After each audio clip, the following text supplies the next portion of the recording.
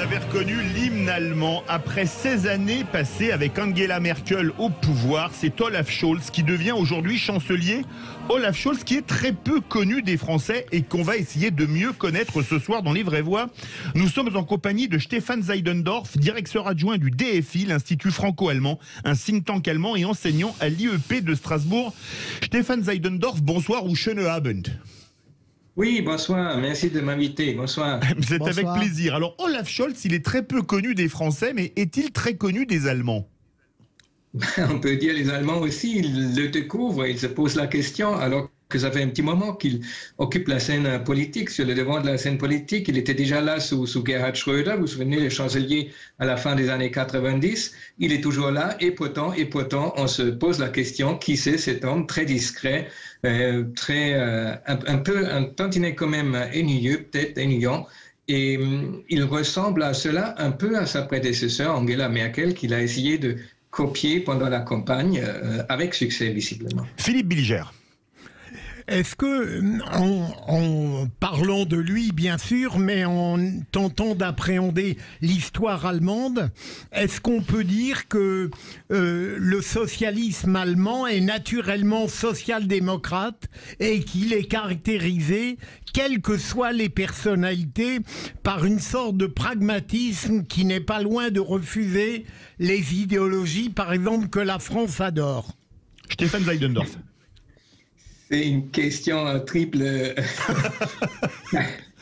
On va commencer avec Olaf Scholz. Ah ouais. C'est le plus facile peut-être si on se concentre d'abord sur Scholz et après on peut tirer quelques conclusions. Scholz, effectivement, il a commencé très à gauche du Parti social-démocrate quand il était le chef ou le chef adjoint de la jeunesse socialiste allemande. Il militait contre le capitalisme, contre les Pershing, vous vous souvenez, les fusées nucléaires qu'on mettait à l'ouest. Il allait même jusqu'à faire des voyages en Allemagne de l'Est pour voir les camarades du Parti communiste là-bas, pour essayer de voir si on ne pouvait pas s'entendre entre Allemagne de l'Ouest et de l'Est. Évidemment, tout ça, c'est très loin derrière. Il a compris que pour gouverner en Allemagne, un social-démocrate, il faut qu'il trouve les voies nécessaires au centre de l'échiquier politique, comme avant lui Schröder, comme avant lui Helmut Schmidt. Ça n'exclut pas qu'au fond, il a fait une campagne avec des éléments à gauche. On a décidé d'augmenter maintenant le SMIC de 25% en une seule fois, ce qui est quand même beaucoup. Hein. Si vous montez de 8,50 à 12 euros, ça fait une sacrée avance. Donc, il y a des propositions de gauche qui vont être mises en œuvre, qui sont dans l'accord de coalition. Et si vous regardez sur ça, vous vous souvenez les questions du SMIC sous François Hollande, on n'est pas si loin. Françoise Degois. Moi, je suis ravi que vous disiez ça parce que je pense que la gauche allemande enfin se remet du désastre Gerhard Schröder, du désastre pour elle, du désastre idéologique. Et je ferai une comparaison avec la gauche française qui va mettre longtemps à se remettre des lois travail de Manuel Valls et du quinquennat de François Hollande, même si, je le précise, j'ai soutenu François Hollande et j'ai travaillé dans ce gouvernement. Donc, je n'ai pas le gouvernement honteux. Mais je veux pas du tout. J'ai même le gouvernement fier. Je pense que personne n'a fait autant pour les entreprises que François Hollande. Mais je suis ravi que vous émettiez cette nuance. Olaf Scholz a fait une campagne très à gauche par rapport à ce qu'a pu être Schröder. Il a retrouvé une partie de la gauche allemande avec le SMIC, bien sûr, puisqu'on rappelle que le SMIC, c'est... Alors, attendez, Schröder aussi, il a fait la campagne à gauche. Hein. C'est juste après qu'il faut voir. Et puis pour Scholz aussi, attendons voir. La campagne était à gauche pour Schröder aussi. J'ai compris, oui, mais Schröder, on sait comment il a gouverné. Et je pense que lui, on est dans une période différente. Les lois travail, c'est déjà fait malheureusement par Schröder. Vous savez, il a été un peu la honte de la gauche européenne, hein, Schröder. Enfin, je me souviens, moi, de Jospin, comment il en parlait, comment Jospin parlait de Tony Blair, etc. Donc je crois quand même que Olaf Scholz, je parlais de l'ISF également, je pense qu'il a rétabli quelque chose de beaucoup plus rose, si vous voulez, que ses prédécesseurs. Moi j'ai bien connu Martin Schulz, j'ai bien eu l'occasion d'en parler souvent avec lui. Il y avait un écrasement qui était lié quand même, évidemment, à la déflagration de la gouvernance de Schröder. Stéphane Seidendorf et ensuite Christophe Madrol. Oui, je pense là, sur le coup, c'était surtout le départ annoncé de Angela Merkel, qui avait annoncé qu'elle n'allait pas se représenter. C'est d'ailleurs une nouveauté, hein, c'est peut-être la différence quand c'est une femme hein, aux affaires, qui sait quand c'est assez, qui sait dire, voilà, ça suffit, je ne me représente pas. Ça n'a jamais existé en Allemagne, en politique. Et qu'ensuite, il a en quelque sorte vraiment copié Angela Merkel avec ce calme présidentiel, un peu au-dessus de la mêlée, jusqu'à reprendre ses gestes favoris. Vous savez, le losange devant le ventre, bien sûr. Comme ça, là, pour se concentrer. Et là, on lui avait dit quand même, ne fais pas trop, ça pourrait être utilisé contre toi. Mais somme toute, l'Allemagne retrouve une sorte d'Angela Merkel masculin. Il a dit, je vais être chancelière, pas chancelier, mais chancelière. C'est très loin.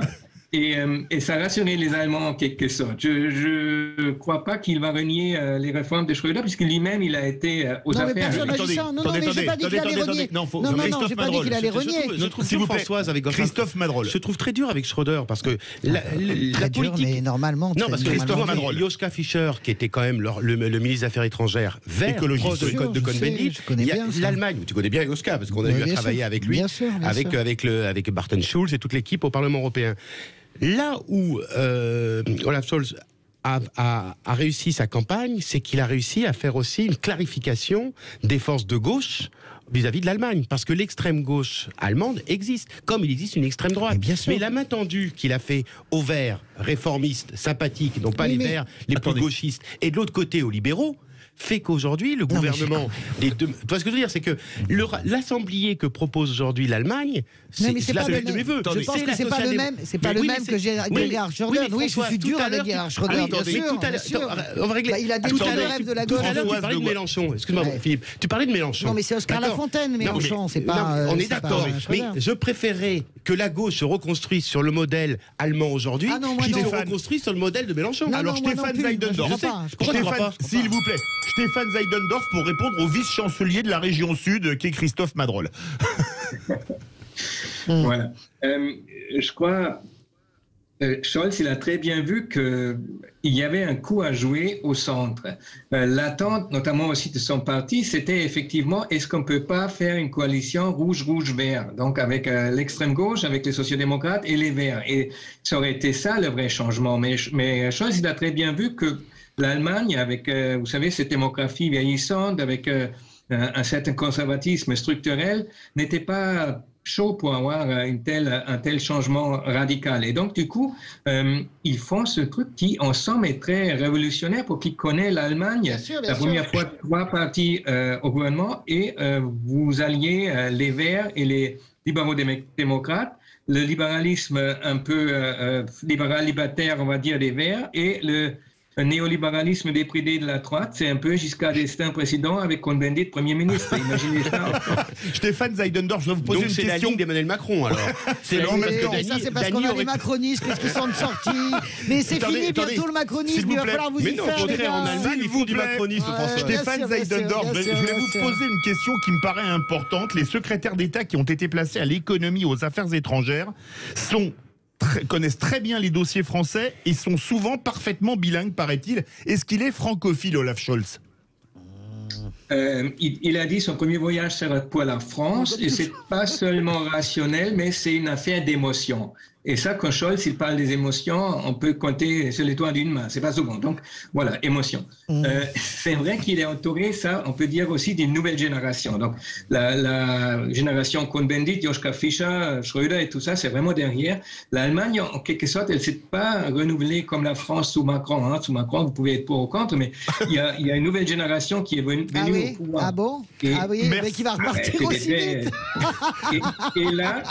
Et là, on aura une secrétaire d'État aux affaires européennes qui sera plus jeune que Clément Beaune. Ah oui, effectivement. Ça c'est bien. Là, c'est vraiment très jeune. Mais c'est maternel, parce que Clément Beaune n'est pas très vieux quand même. Faut pas il a 27 ans ou il a 30 ans. Merci beaucoup Stéphane Seidendorf, directeur adjoint du DFI, l'Institut franco-allemand, un think tank allemand, et enseignant à l'IEP de Strasbourg. Et bravo pour votre français, parce que vous parlez un français absolument remarquable. Mais méfions-nous quand même des gens qui sont francophones. Je vous rappelle qu'Anthony Blixen est super francophone. Lisbonne et que est arrivé l'Australie et le contrat des sous-marins. Soyons jamais trahi que par les siens. Soyons raisonnables avec les émotions allemandes. Merci Stéphane Seidendorf. De suite, notre grand débat. Sondage Lab. Emmanuel Macron risque-t-il de ne pas être réélu? Vous êtes 88% à dire oui. On vous attend au 0826 300 300 et sur les réseaux sociaux.